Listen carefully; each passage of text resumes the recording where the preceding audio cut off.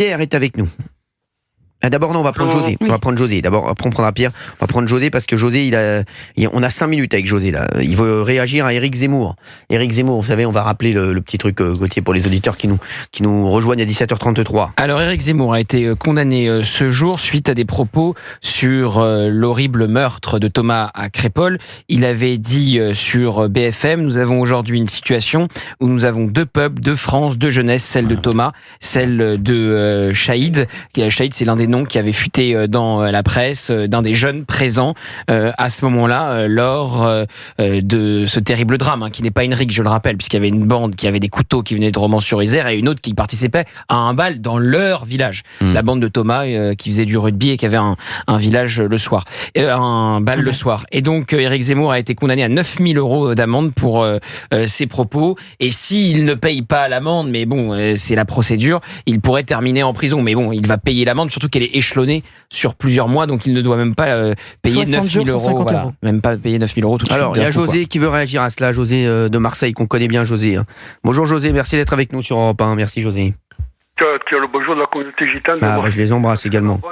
Je les embrasse également, mon chéri, bien entendu. Merci. Et puis, tes replays, ils sont extraordinaires. Tu les as changés, ou tu sais, sur les chaînes. Moi, je suis à Bouygues, tu vois. Bien sûr. C'est bien 1, 2, 3, 4, 5. Et en plus, comment je pourrais te dire, c'est très clair. Je sais pas ce que tu as fait, mais avant, tu sais, tu avais des publicités où il y avait 1 minute ou 1 minute 30. Là, on l'a enlevé. Ah, tu es un génie, Cyril. Merci, mon José. Merci, mon chéri. Merci beaucoup. Extraordinaire. Franchement, Merci, mon José. T'es un amour. Exceptionnel. Bon, en ce qui concerne, pardonnez-moi, en ce qui concerne Zemmour, rappelez-vous, monsieur Gauthier, vous qui êtes quelqu'un de brillant, quand il avait écrit... Merci, José. Non, mais c'est la vérité, vous êtes un mec brillant, vous avez une structure de pensée hors du commun. Et quand il avait écrit le coup d'état des juges, Zemmour, vous vous rappelez, oui, bien sûr. 20 ans en arrière. Et là, il se le prend en pleine figure. Vous avez des juges, ils ont tous les pouvoirs. Ils rendent pas un jugement. Ils ont tué la monarchie, ils tueront la République. Voilà, au nom de courants politiques, ils le rendent au nom d'une idéologie. Et ils pensent qu'ils ont tous les droits. Vous comprenez, tu comprends, Cyril? Bien sûr. C'est pour cette raison-là que Zemmour, quand il avait écrit ça, le coup d'état des juges, il avait dit qu'il y avait une emprise croissante du pouvoir judiciaire sur la politique, sur les décisions démocratiques, tout ça. Il disait qu'on était dans le gouvernement des juges, c'est-à-dire que lorsque des magistrats qui ont une idéologie progressiste, qui vont prendre des décisions, ils vont avoir un impact majeur, contournant ainsi la volonté exprimée par le peuple ou par ses représentants. Et tu vois bien, Cyril, qu'en ce qui concerne la France, l'Europe, cette dérive des juges, elle est particulièrement visible à travers le Conseil d'État, comment dirais-je, le Conseil constitutionnel, la Cour européenne des droits de l'homme, la Cour de justice de l'Union européenne. Et toutes ces instances, ils invalident régulièrement des lois, n'est-ce pas, monsieur Gauthier? Voter démocratiquement. Là, vous pensez au Conseil constitutionnel. Voilà. Bien sûr, il pense au Conseil constitutionnel. Au nom de principes supranationaux, comme le droit de la vie privée et la lutte contre les engagements européens. Et Zemmour, qu'est-ce qu'il a fait? Il a dénoncé cette dérive, considérant qu'elle confisque le pouvoir au peuple au profit d'une oligarchie judiciaire qui est souvent acquise aux dogmes mondialistes comme les droits de l'hommiste. Voilà. Et pour lui, il faut restaurer la primauté des décisions démocratiques en limitant le pouvoir des juges, en réformant sa souveraineté nationale face aux instances supranationales. D'ailleurs, rappelez-vous ce qu'avait dit, l'immense Philippe de Villiers. Éric Zemmour défend ce pourquoi je vis, ce pourquoi je souffre, c'est la défense de la civilisation. Et il faut reconnaître aussi en Zemmour que, quand même, quand il avait dit cette phrase, il avait dit, rappelle-toi, Cyril, oui. C'est la démographie qui fait l'histoire.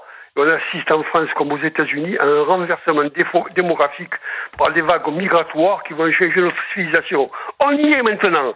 Et ce qu'il avait dit Philippe de Villiers, rappelez-vous ce que je vous dis aujourd'hui. Il a dit un jour, le discours de Zemmour qu'il a fait, où il y avait 5 000 personnes du côté, je ne sais plus, à Paris, Cyril, là, oui. l'endroit où il y a eu 5 000 personnes. Là. Bien sûr, on s'en rappelle, oui.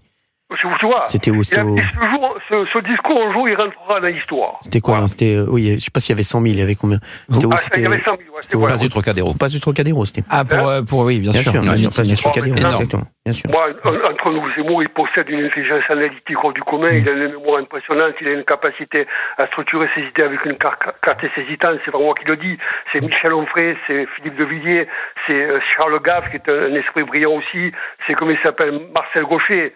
Mais quand j'entends des cons de les filles qui disent que c'est un mec, il a une vacuité intellectuelle, mais il faut les tuer, les gens. Non, on ne tue personne. Mais comment on peut... On ne tue personne. Merci d'Artigol. Attendez, monsieur d'Artigol. Bonjour José. Bonjour, un immense respect pour monsieur d'Artigol. Bon. Il est brillant et il est Ouais, intelligent. sympa. Je suis d'accord à 50%. Une bonne patte. 10%. Monsieur d'Artigol. Oui, Il faut José. reconnaître qu'il encourage l'intellectuel rare, là où beaucoup cèdent à la peur du politiquement correct. Lui, il affronte les sujets les plus sensibles avec lucidité très tranchante. Vous reconnaissez ça, monsieur Est-ce que je peux vous répondre sur un point, juste Attendez, José? laisse-moi finir.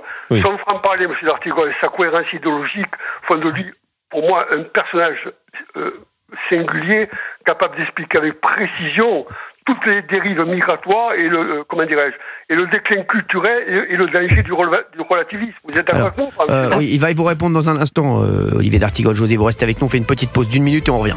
Europe 1, 16h, 18h. On marche sur la tête. Cyril Hanouna. 17h40, Europe 1, si on marche sur la tête, merci d'être avec nous. 01 80 20 39 21. On est là, on est avec José et Olivier d'Artigol qui voulaient se parler là il y a un instant. Alors, vous voulez répondre à José? Oui, José, je suis d'accord avec vous sur les qualités d'analyse, de décryptage de Éric Zemmour. Moi, je pense qu'il s'est abîmé en politique, mais ça, c'est un autre sujet. La condamnation est sur un sujet, José, c'est que quand il évoque le nom de Chaïd, il y associe, donc, comme l'a dit tout à l'heure Valérie, en termes d'essentialisation, comme on dit, il désigne tous ces prénoms à consonance comme Chaïd, d'origine étrangère, il les désigne comme potentiellement des assassins.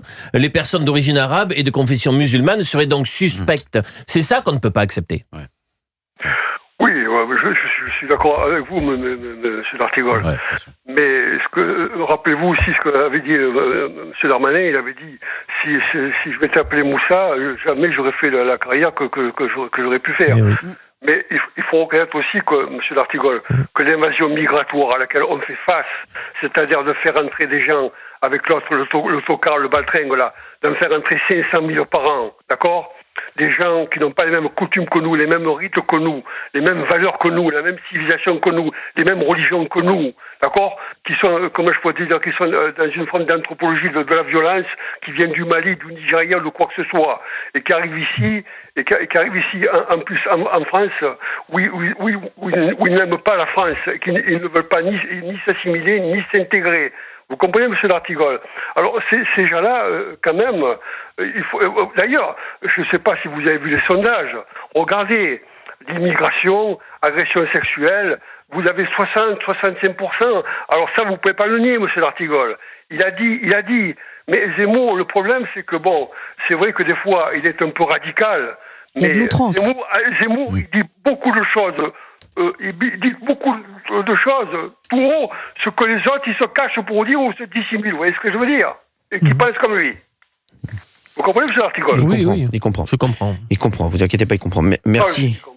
Merci, mon José, d'avoir été avec nous. Toujours un. Mais ouais, Cyril, je voulais te féliciter. Ça me touche, José. Ça me touche. Ça me touche, mon José.